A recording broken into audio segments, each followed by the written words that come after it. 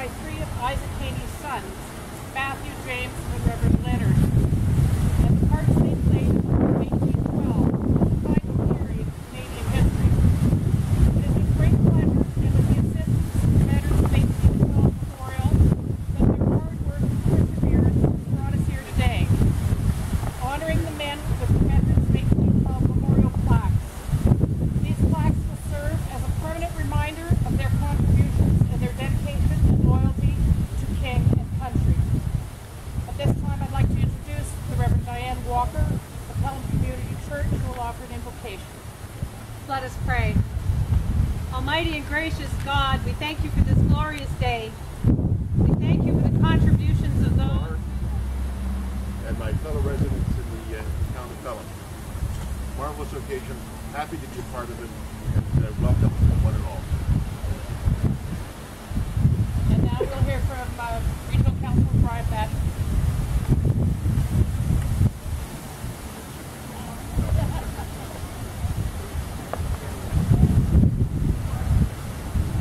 A short speech to recognize this important day. What is a community? Some say community is a place on a map, defined by boundaries, latitude and longitude, lot and possession numbers, or roadways, but it is so much more. Some say community is defined by its geological features, like the Swanville Cave Delta, hydrological features such as the headwaters of 12 Mile Creek, and the heritage features of flora and fauna such as the Comfort Maple. But it is so much more. Some say an enumeration of all citizens among their names, family relationships, ages, and occupations to define a community. There is so much more. Some say a community is defined by institutions, schools, service clubs, community clubs, while others talk of community interaction, parades, markets, and community celebrations. There is so much more. Community is all the above, but to be fully understood, it must embrace its past history, present reality, and a vision of its future. Today we commemorate the lives of three members of the Haney family who served in the War of 1812 and 14. Their contributions will be recognized at each site during the commemoration.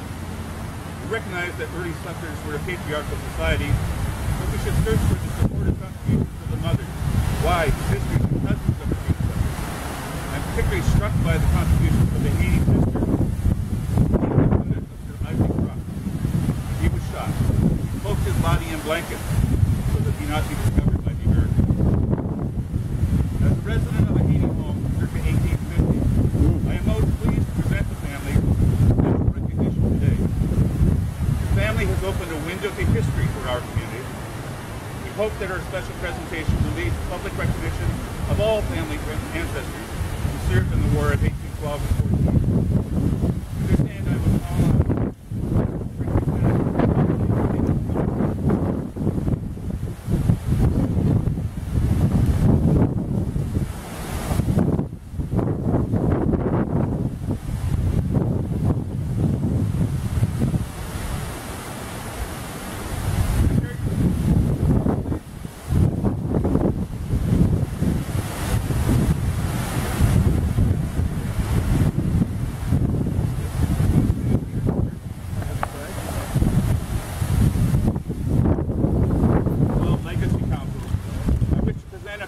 flag for the War of 1812, which I wish to present to the Haney family, who will in turn present it to the representative of the Royal Canadian Legion, who have agreed to mount a permanent display of this flag and begin a public listing of the Pelham family ancestors who served in the War of 1812-1814, beginning with the names of the three members of the Haney family being recognized today. In addition,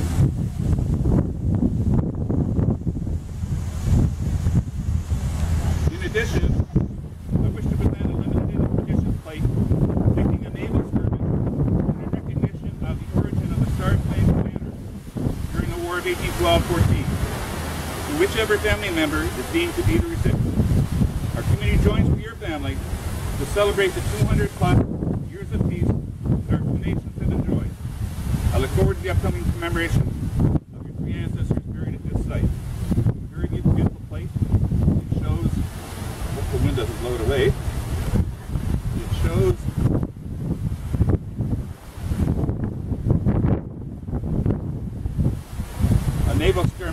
off Niagara-on-the-Lake. As mentioned, this plate was also done in recognition of the celebration of the origin of the Star-Spangled Banner. So in particular, our Haney family member from Alaska will be pleased by that. Yes. I'm certain. Yeah. And I believe it is plate 141 of 150 in the limited edition.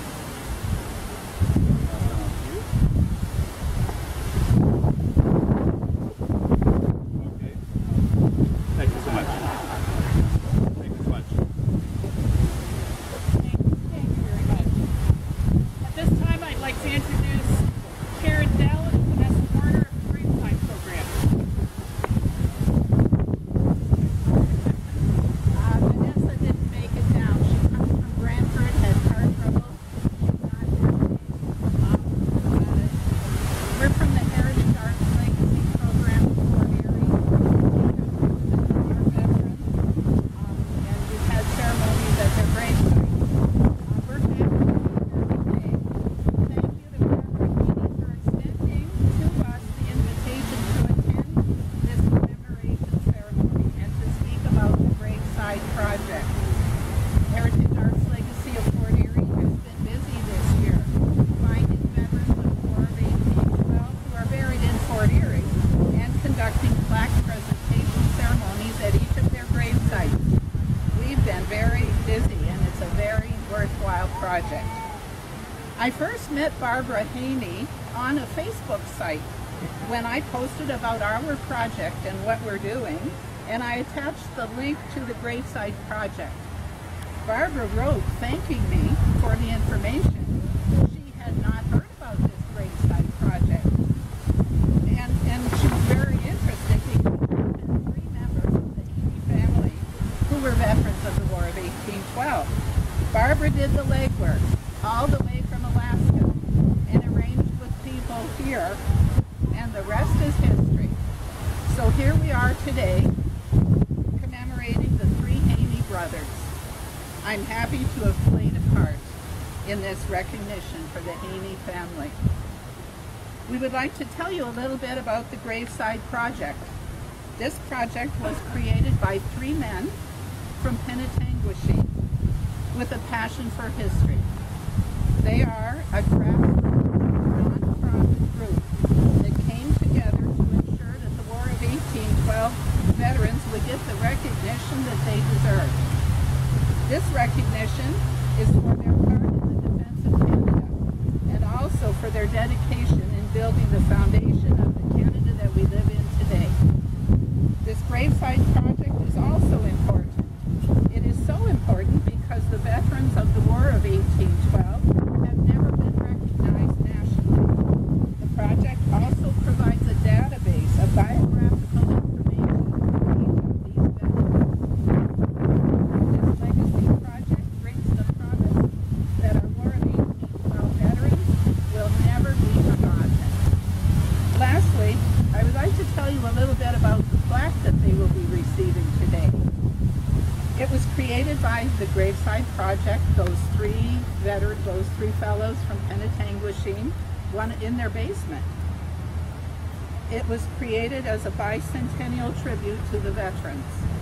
This very beautiful, take a minute to look at it today, very beautiful black granite plaque is special because the pictures are the same ones that appeared on the Upper Canada Preserved Medal, which was cast in 1813 and was intended to be awarded to the veterans. Very few of the veterans ever received that medal. So, when they receive this plaque today, they are finally being recognized by a grateful country.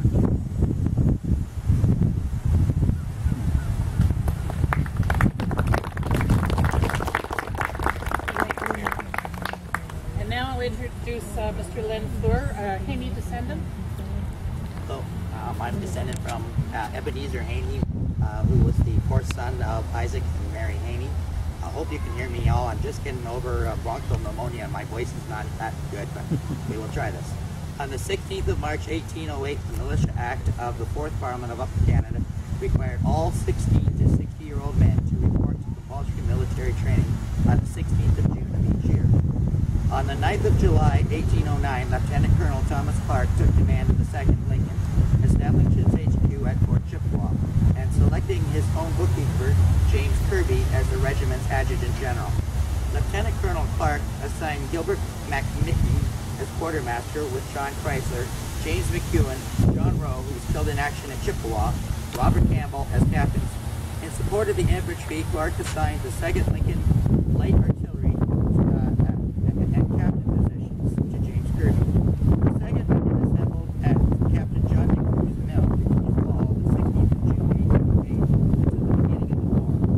On the 18th of June 1812, 2 days after the regiment's regular assembly, the Americans declared war. The American attack on Canada was delayed by poor leadership skills, giving General Sir Isaac Brock time to form a defensive plan for the survival of Canada. Kirby's cannon was the first to engage the American artillery at Richmond's Creek on the 11th of July, 1812, along with support from the 2nd and 33rd Lincoln Militia in a hit-and-run action designed by Brock to interrupt American supply lines. This, we believe, is the first time all three Haney brothers saw active combat in this war. On the 5th of August, General Brock started out from York, Toronto, on his way to the Canadian aim at Detroit. He departed with 40 men of the 41st Regiment, 260 men of the 1st and 3rd York, 5th Lincoln, 1st Oxford, the 1st and 2nd York, and the 1st Essex Militia, leaving behind 100 men for lack of boats. On the 9th, in rough weather, his flotilla was joined by another 60 volunteers from Kingston and Pelham, many of whom used discarded uniforms of the 41st. On the 9th, unknown to Brock, a temporary armistice was signed to expire the 4th of September.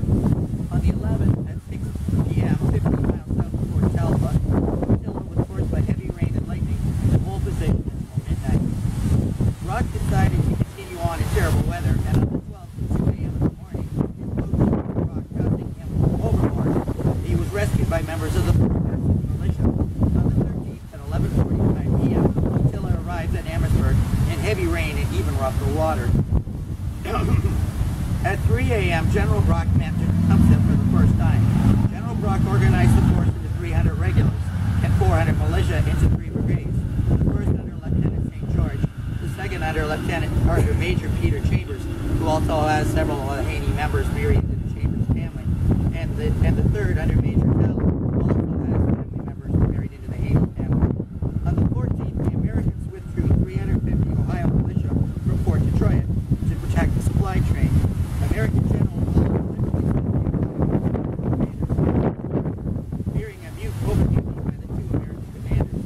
He also places Colonel Snelling in command of the gun at the obvious landing base. On the 15th, at midnight, 600 warriors and General Tecumseh crossed the river to Detroit, with orders to the main fort to embark at 3 a.m.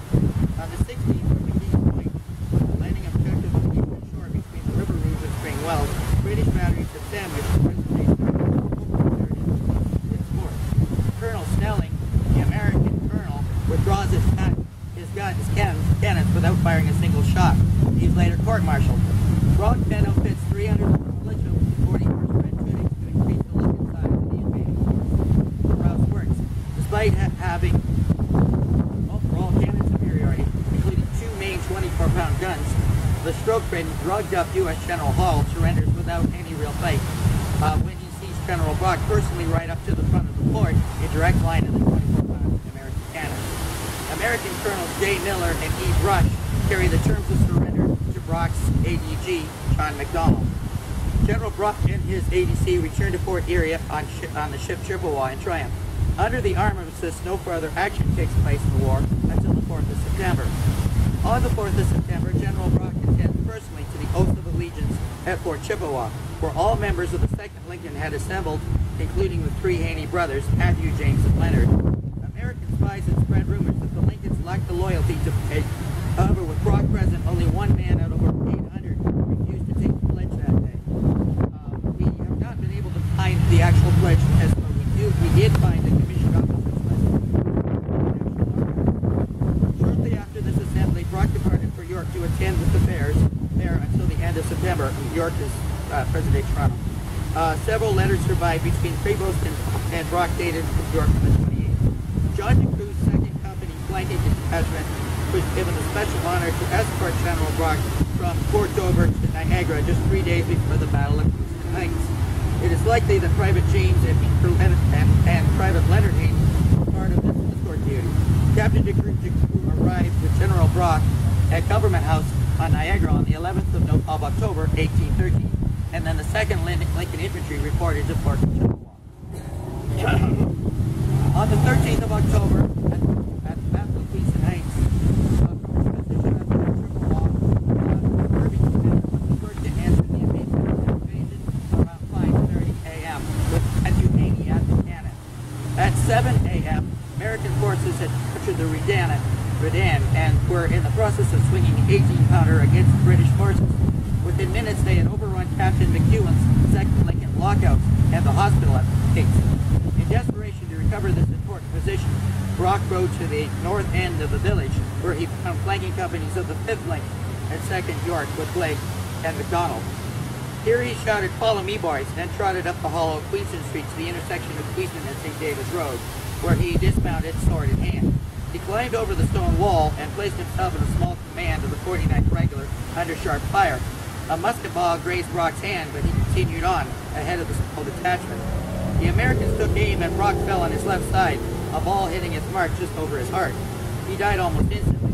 George Jarvis of the 49th was a witness to this event. American cannon now laid down fire on the position, and ADZ John Flagg ordered the retreat to the farmhouse closest to St. David's Road. The time was roughly around 7:30 a.m. His body was carried by members of the 49th Lincoln, the 3rd York Militia, who responded to the call of action at the small stone farmhouse on the edge of Queenston. American intelligence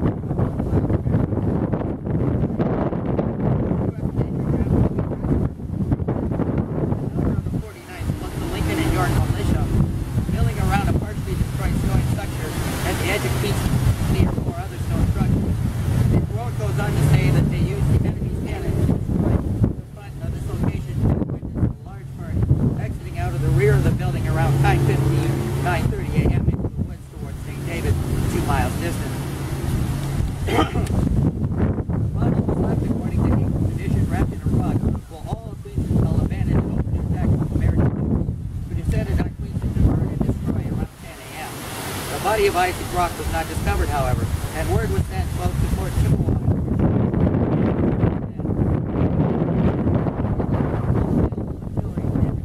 to the defense of Queenston, and commanded Chief Norton to begin an encircling maneuver, sending orders via the back roads of Fort Chippewa to have the Lincoln militia and artillery counterattack from that neighborhood. While not stated any surviving records, there must have been an order to rescue the body of General Brock at all costs. The Kirby crew of 10 men had already earned the title of served with distinction for shelling the American brigs Caledonia and Adams just 3 days before, when it answered General Sherry's order to defend Queenston at all costs. The Adams ran a cannon burnt under heavy fire from Kirby's cannonade. Only Matthew Haney was in charge of that cannon.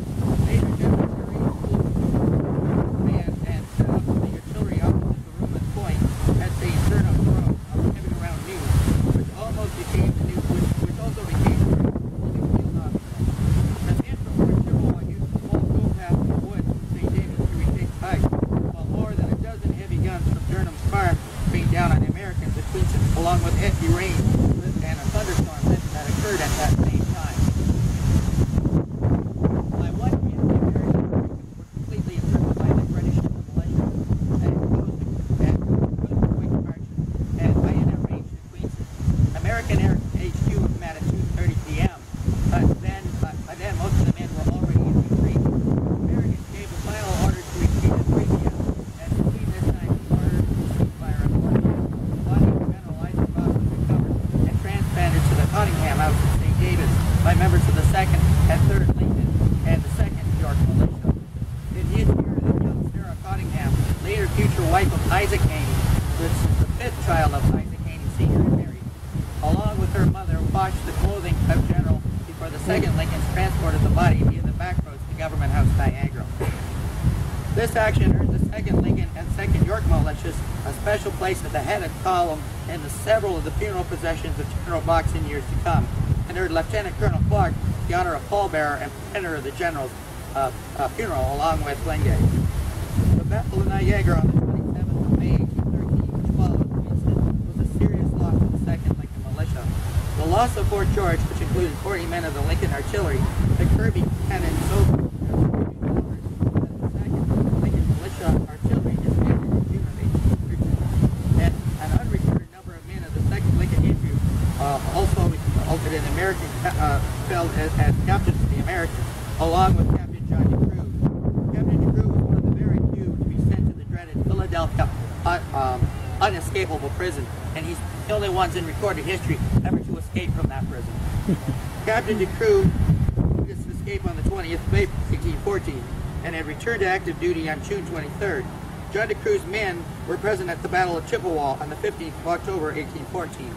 The Americans held Fort George until December of 1813, while Operation HQ for Fort George was transferred to St. David's, where Isaac Haney Sr. was elected Warden of Pelham in the wartime government in 1830, according to Lieutenant Colonel E.A. Crookshanks. A payroll exists of John DeCrew's 2nd Lincoln, dated the 16th of July, 1814 to the 27th of June, 1814, showing 3 brothers, 3rd Sergeant Matthew Haney and Private James and Leonard Haney. At this time, the 2nd Lincoln had played a major role in virtually every major battle of the war. It's during this period that the 2nd Lincoln saw its biggest casualties in the Battle of Chippewa, but the Haney brothers survived. On the 27th of December, 1814, again ended the War of 1812. By the end of the war, the Lincolns sustained the heaviest casualty rate of any civilian military force in Canadian history on its own soil, and it won the battle honors of Kingston and Niagara. On June 1824, the cornerstone for the first Isaac Park Monument was laid, and on the 13th of October, 1824, the 2nd Lincoln ahead of the British regular forces. The old veterans of the 2nd Lincoln fired a volley. Thank you.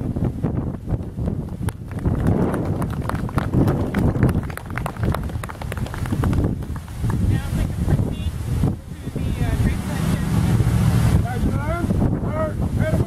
Great Color party, up that done.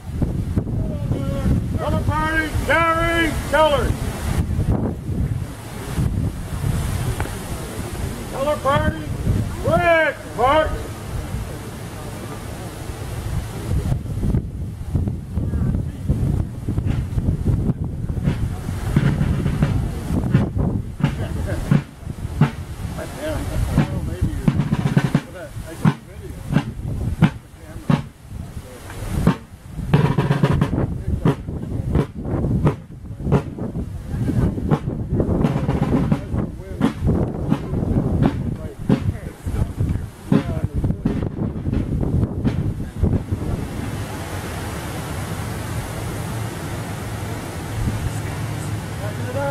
There, share the way to lead.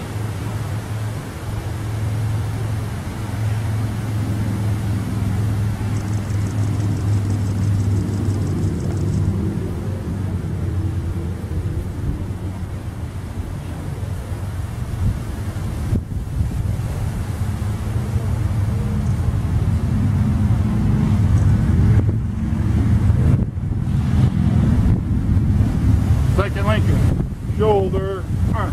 1, 2, 3, 4. Okay.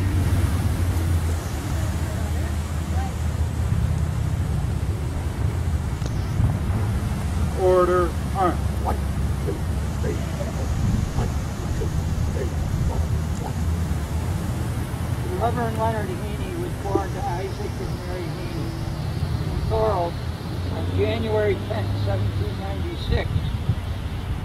The family moved to the Pelham area around 1808. The first mention of Isaac Haney in this area was in 1788. When the War of 1812 began, although he was quite young, Leonard didn't hesitate to enlist and in the defense of his homeland, along with his older brothers. He appears in the payroll of the Hughes company of the 2nd Lincoln Militia, along with his older brothers, James, also a private, and Matthew, who was a sergeant. His service with the 2nd Lincoln coincides with the capture of Fort Erie, Battle of Chippewa, the burning of St. David's, and the Battle of Lundy's Lane. After the war, Leonard married Miss Elizabeth Maines, daughter of George Maines and Phoebe Outhouse, and granddaughter of Nicholas Outhouse. When the community of Fenwick was established in 1853, the Reverend Leonard served as its first postmaster. In 1858, his pastoral duties moved to the neighboring community of Gainesboro. Like his father, Isaac, who served as warden in 1813, Leonard served as warden in Pelham from 1844 to 1858. He preached his last sermon 8 days before his death, from the 7th verse of the 19th Psalm. The law of the Lord is perfect, converting the soul. Next day he was taken down with gastric fever.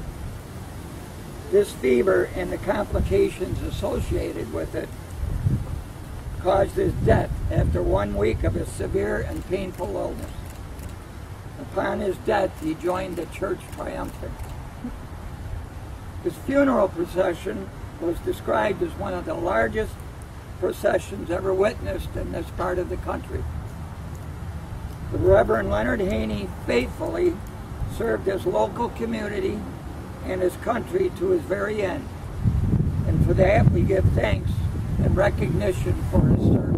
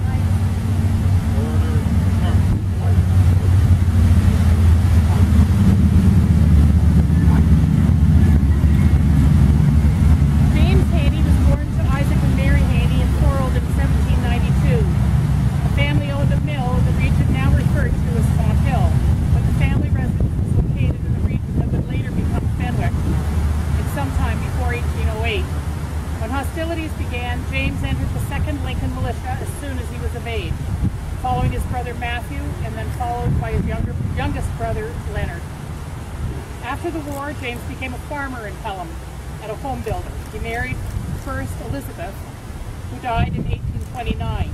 He then married Mary Stringer.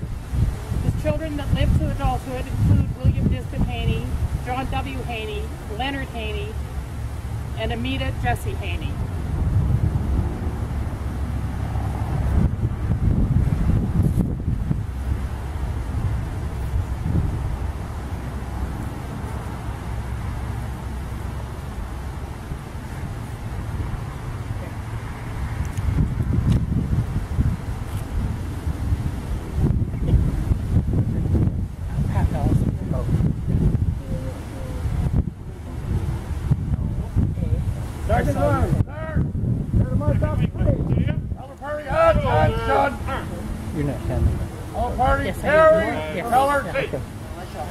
Artillery.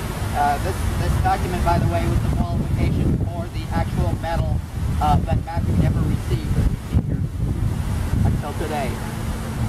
This company was Captain Kirby's own personal 6-pound Krassenhofen cannon crew between the periods of the 24th of August, 1812 and the 24th of January, 1813, as stated on the form. The date of the 24th of January 1813 might be an error, however.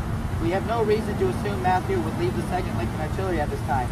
Official records, however, show that Captain Kirby was transferred to the command on the 24th of March 1813 to the new incorporated militia, which perpetuated the artillery.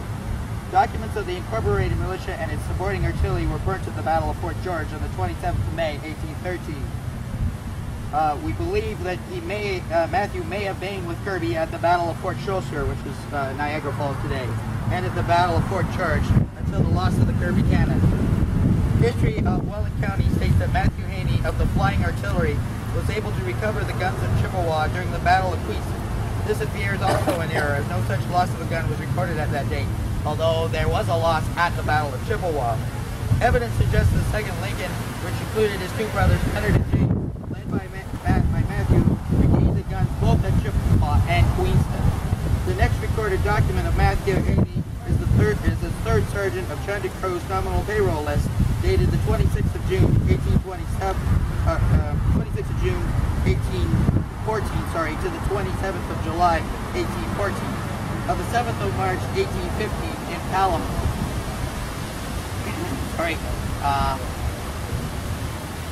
Matthew married Anne Mays, sister of Elizabeth, daughter of the late artillery captain George Mays, Queen's Rangers, and Phoebe Outhouse, granddaughter of Nicholas Outhouse, artillery commander during the War of American Independence.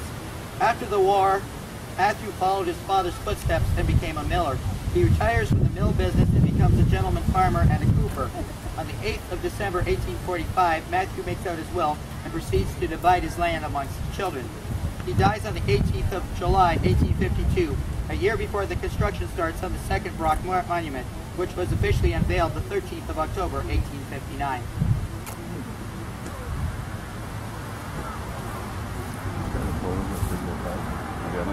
Yeah. Sergeant at Arms, sir, prepare to march off the parade. Lincoln, stay up. On the parade, up and down. On the parade, Harry, George.